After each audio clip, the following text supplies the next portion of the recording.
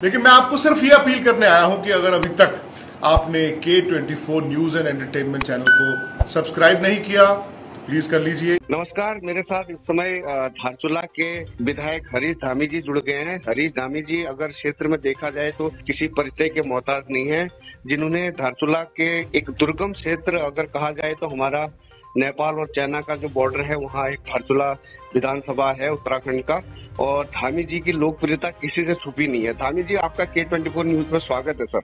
जी धन्यवाद, आपके चैनल का जो है बहुत बहुत। सर, सबसे पहले तो मैं आपको जीत की ढेर सारी शुभकामनाएं दूंगा, बधाई दूंगा आपको। सर, इतनी बड़ी मोदी लहर में भी आपने 2 बार धारचूला विधानसभा को पराजय करते हुए आप विजय रथ की ओर बढ़े, इसका क्या मूल मंत्र है सर, कुछ बताएंगे दर्शकों को? जी देखिए, जो जनता के बीच रहेगा, जिसके लिए काम करेगा वो निश्चित तौर पर विजय। सबसे पहले अमित जी की आप हरीश रावत जी के बड़े करीबी भी रहे हैं। एक बार आपने हरीश रावत जी के लिए खुद सीट भी छोड़ी है। खुद हरीश रावत जी चुनाव हार गए, ऐसे में आपके लिए चुनौती बहुत बड़ी थी, तो आप विजय रहे सर कि वहां पर देखा जाए तो बड़ी कोशिश की गई थी भारतीय जनता पार्टी की तरफ से इस किले को भेजने के लिए, नाकाम रहे। क्षेत्र की जनता सर आपको बहुत प्यार करती है, क्षेत्र की जनता को क्या कहना चाहेंगे जीत के बारे में? देखिए, जनता के हित के लिए और क्षेत्र के विकास के लिए मुझे कोई भी कदम उठाना पड़े मैं उसके लिए तैयार जी, और हमेशा 24 ओवर में जनता के लिए जो है तत्पर हूँ। जब भी मुझे मेरे क्षेत्र की जनता की परेशानी दिखती है मैं उसके लिए लड़ने मरने को तैयार। सर आपने जी कहिए सर। जहाँ तक हरीश रावत जी चुनाव हारने की बात है तो निश्चित तौर पे लालकुआं सीट पे उनका कभी कोई वो राय नहीं था, और वहाँ पे उस सीट पर अचानक उनको भेजना और फिर कांग्रेसियों के द्वारा ही कहीं न कहीं भीतरघात करके उनको हराने में पूरी कोशिश करना, तो निश्चित तौर पे हरीश रावत जी की हार नहीं है, एक तरफ से उत्तराखंड की एक लीडरशिप की जो है जनता की अरमानों की हार।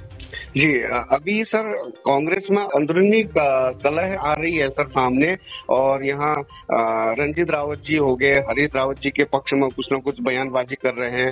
सर आपको नहीं लगता कि ये लोग पार्टी फोरम की जगह ये लोग सोशल मीडिया में बयानबाजी करते हैं जो सुर्खियां में आने के लिए, या फिर क्या ऐसा क्यों करते हैं सर? सोशल मीडिया में क्यों ये लोग करते हैं कि जो पार्टी के फोरम में नहीं करते? देखिए, उत्तराखंड का जनमानस, उत्तराखंड का बेरोजगार सब ये चाह रहे थे कि इस बार कांग्रेस की सरकार उत्तराखंड में बने, लेकिन आप सबने भी देखा होगा जिस तरह के बयानबाजी आज हो रही, इस तरह के बयानबाजी चुनाव से पहले थी। अगर हरीश रावत जी कोई स्टेटमेंट देते थे तो उसके विपक्ष में जो है नेता प्रतिपक्ष का अलग स्टेटमेंट आता था और प्रदेश प्रभारी का अलग स्टेटमेंट आता था, जबकि प्रदेश प्रभारी के द्वारा इस तरह के करते करने वालों को दंडित करना चाहिए था। यहाँ पर रंजीत रावत जी की बात कर रहे हैं तो सल्ट का उपचुनाव आप लोगों ने देखा था, सल्ट के उपचुनाव में कार्रवाई होने के बजाय उनको इनाम दिया गया, तो निश्चित तौर पर हर कोई कार्यकर्ता आने वाले समय में इस तरह की गलतियां करेंगे। और मुझे तो अब नहीं लगता कि जिस तरह से माहौल ये 2022 में कांग्रेस के प्रति था और जनता चाह रही थी परिवर्तन, अब ऐसा माहौल मिलना असंभव। जब इस माहौल में कांग्रेस की सरकार नहीं आई तो आगे के लिए आप सोचें। सर ऐसा नहीं कि जहां पर ग्राउंड लेवल में कांग्रेस के जो भी प्रतिनिधि थे उन्होंने काम किया तो उनकी जीत निश्चित हुई। जैसे हम बात करें काबड़ी जी की, तो काबड़ी जी ने सूबे के मुख्यमंत्री को हराया था। आप देखिए, लगातार विधायक बने और आपकी जीत, और प्रचंड बहुमत से आप जीत के आए, क्योंकि आप लोगों ने ग्राउंड में जाके काम किया था।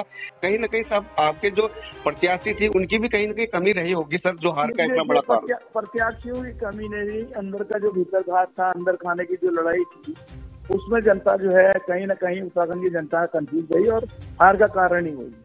और जहाँ पे आप कह रहे हैं हरीश रावत जी की बात कर रहे हैं, तो हरीश रावत जी तो रामनगर से चुनाव लड़ना चाह रहे थे, पहले तो वो चुनाव लड़ना ही नहीं चाह रहे थे, और उनको अगर लड़ना ही था तो उन्होंने रामनगर जब पूरी तैयारी कर दी थी तो अचानक ही उनको रात को जो है लालकुआं भेज दिया गया।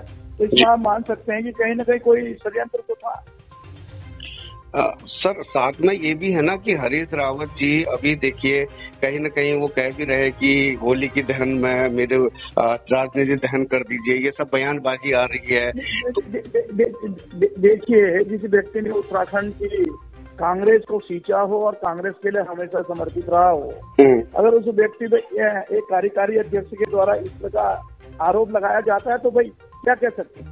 उन्होंने यही तो कहा कि कांग्रेस उनको निष्कासित कर दे, होली के दहन की तरह उनका दहन कर दे, क्योंकि वो व्यक्ति को कांग्रेस छोड़ नहीं सकता, क्योंकि उसने उसके रग रग में कांग्रेस बसा है और हमेशा सोते जागते उन्होंने कांग्रेस को देखा है। तो ऐसे व्यक्ति के खिलाफ अगर कोई पार्टी का कार्यकारी अध्यक्ष इस तरह के जो है अलग अलग बयान देता है तो हाईकमान ने कार्रवाई करनी चाहिए। तो हरीश जी, आज आप देख रहे हैं कि तमाम जगहों से जो उनके लोग हैं हरीश रावत के ऊपर वार कर रहे हैं कि इनने ये किया उनने ये किया, लेकिन वो ये क्यों नहीं कह रहे कि हम उपचुनाव कैसे हारे और तमाम सीटों पर जो है पैसा कैसे लगाया गया। यहाँ तक कि मुझे भी हराने के लिए पैसे मेरे विधानसभा तक पैसे भेजे गए हैं जी। यहाँ तक कि सर आपको तो जान से मारने की धमकी भी दी गई थी, ये भी सुर्खियां थी सर। उन चीजों में मैं परवाह नहीं करता जी, लेकिन जहाँ पे हम लोग जिस पार्टी में हैं उस पार्टी के ही द्वारा अगर उसी पार्टी के सदस्यों को हराने की अगर कार्रवाई की जाए तो ये तो गलत है। उसमें हाईकमान को जो है जी। अच्छा, दूसरी बात एक चीज और सर कि जैसे कि देखा जाए तो सीमांत क्षेत्र है अपना धारचूला में हरीश धामी की लहर बरकरार थी। इस बार की हरीश धामी का किला भेजने के लिए उन्होंने धामी पर से धामी लेके आए थे भारतीय जनता पार्टी, लेकिन वो किला नहीं भेज पाए। और दूसरी बात यही है सर कि आप लोगों का ऐसा नहीं लगता कि कांग्रेस के अंदर खाने ही आप लोगों के दो फाड़ में कांग्रेस बटी हुई है उत्तराखंड में, ऐसा है क्या? देखिए, इस पे तो पार्टी नेतृत्व को सोचना चाहिए और जिस तरह से पूरा उत्तराखंड का जनमानस कह रहा था कि कांग्रेस की सरकार बनेगी और सरकार बनना तो छोड़िए 19 में हम लोग रह गए, तो इसमें मंथन होना चाहिए और नेतृत्व ऐसे लोगों को दिया जाना चाहिए जो कुछ कर सके। तो क्या आने वाले समय में हम ये देख सकते हैं कि हरीश धामी जी को बड़ी जिम्मेदारी कांग्रेस की तरफ से मिल सकती है? देखिए, ये तो हाईकमान का फैसला है, हाईकमान जो करे। हमने तो अपनी जो मेरी दावेदारी की जो वो था मैंने अपनी दावेदारी कर दी है और मुझे उम्मीद है कि जिस तरह भारतीय जनता पार्टी में आज जो है युवाओं को मौका दिया जा रहा है, सैनिक परिवार को महत्व दिया जा रहा है, तो मैं भी मेरे ख्याल से उत्तराखंड के जो है अगर राजनीति में कहें तो एक 1971 लड़े हुए जो है सैनिक परिवार का शायद एकमात्र वारिस हूँ। तो 2012 में माननीय राहुल जी ने टिकट दिया था। अगर माननीय राहुल जी को लगता है तो निश्चित तौर पर अगर वो मुझको भरोसा जताते हैं तो मैं इतना कह सकता हूँ कि आने वाले 2024 के लिए हम प्रदेश में फिर जो है कांग्रेस का माहौल बना सकते हैं और कांग्रेस को जो है आने वाले समय में उत्तराखंड में जो है सरकार लाने की स्थिति में पहुंचा सकते हैं, यही मैं कह सकता हूँ। देखिए, आप बिल्कुल जुझारू नेता हैं और आप हमेशा विधानसभा में भी सवाल उठाते रहते हैं और आपने क्षेत्र की जनता के लिए बहुत कुछ किया भी है, क्षेत्र की जनता भी आपको प्यार करती है। तो आपको प्रदेश की जिम्मेदारी अगर कांग्रेस पार्टी की तरफ से मिलती है, बड़ी जिम्मेदारी, तो मुझे उम्मीद है कि आप बखूबी निभा पाएंगे। क्या आपको ऐसा लगता है कि आलाकमान आपके ऊपर मुहर लगा सकती है? देखिए, मेरा काम था कि दावेदारी करना, मैंने दावेदारी की है। बाकी फैसला तो आलाकमान को करना है कि भाई कौन व्यक्ति काम कर सकता है, कौन नहीं कर सकता है। इतना जरूर है, अगर आलाकमान मुझको विश्वास जताती तो मुझे ये जरूर होगा कि भाई वास्तव में आलाकमान ने मुझको विश्वास जताया है और मैं तमाम पार्टीबाजी जो है गुटबाजी को खत्म करते हुए आगे बढ़कर जो कांग्रेस को जो है आगे बढ़ाने का काम करूंगा, यही मैं कहूँगा। हरीश धामी जी को हरीश रावत जी के करीबी माना जाता है, तो आज भी क्या सर जैसी परिस्थितियों में हरीश रावत जी खड़े हैं, आप उनके साथ कंधे से कंधा मिला के आज भी खड़े हैं? देखिए ना, बिल्कुल, हमेशा मैंने कहा ना कि मैं चाहे कहीं भी रहूं, आजीवन जब तक मैं जिंदा हूँ राहुल जी का और हरीश रावत जी का जो है कभी एहसान नहीं चुका सकता। मुझे से साधारण से एक सैनिक परिवार के व्यक्ति को 2012 में राष्ट्रीय कांग्रेस पार्टी का टिकट दिया जाना है, जबकि कांग्रेस के टिकट के लिए महामारी होती थी, लोग दौड़ते थे कांग्रेस के टिकट के लिए, मेहनत करते थे, वो दौर कांग्रेस का था। तो उस समय मुझे से साधारण परिवार के व्यक्ति को कांग्रेस ने भरोसा किया, तो मैं निश्चित तौर पर कह रहा हूँ कि मैं हमेशा उनका ऋणी हूँ। लेकिन अगर विश्वास अगर हाईकमान नहीं जताती तो फिर कहीं ना कहीं हमें भी लगेगा कि भाई इसका मतलब हम कांग्रेस में केवल वोट बैंक के तौर पर हैं। Sir, Congress party Bharatiya Janata party के अपेक्षा प्रदेश में जनता को मैसेज देने में असफल रही, या फिर हरीश रावत जी का वो बयान यूनिवर्सिटी वाला बयान कहीं हावी रहा? क्या समीकरण रहा? हरीश रावत जी ने कोई यूनिवर्सिटी का बयान नहीं दिया था, ये एक प्रोपेगेंडा है, दुष्प्रचार किया गया है, ये मैं सीधे तौर पे कह रहा हूँ। लेकिन एक चीज मैं ये कहना चाहता हूँ कि कांग्रेस की हार का कारण है कि हरीश रावत जी कोई अगर प्रदेश के हित में कोई बात बोलते थे तो तुरंत उनके काट के लिए दो लोग और बोलते थे, जिससे एक मैसेज किया जनता को ये लगा कि हरीश रावत को नेतृत्व नहीं मिलता है। बल्कि जिस तरह 2002 में हरीश रावत के साथ जो है विश्वासघात हुआ, 2012 में विश्वासघात हुआ, इस बात को लेकर जनता ने कहीं न कहीं उत्तराखंड का कांग्रेस को नकारा है। नहीं, कहना चाहता हूं। ये बात तो सर आपके जो प्रीतम सिंह जी ने खुद इस बात पर मुहर लगा दी है। उन्होंने ये कह के कि अगर हरीश रावत जी ये नहीं कहते तो शायद हम जीतते। देखिए, किसी के मुहर लगाने से क्या होता है, वो सिद्ध करे ना। आखिर उस व्यक्ति को जो है जिसने यूनिवर्सिटी का बयान दिया, उस व्यक्ति को जिम्मेदारी किसने दी? हरीश रावत जी ने तो दी नहीं जी। तो जो इस तरह की बातें कर रहे हैं वो व्यक्ति खुद समझे।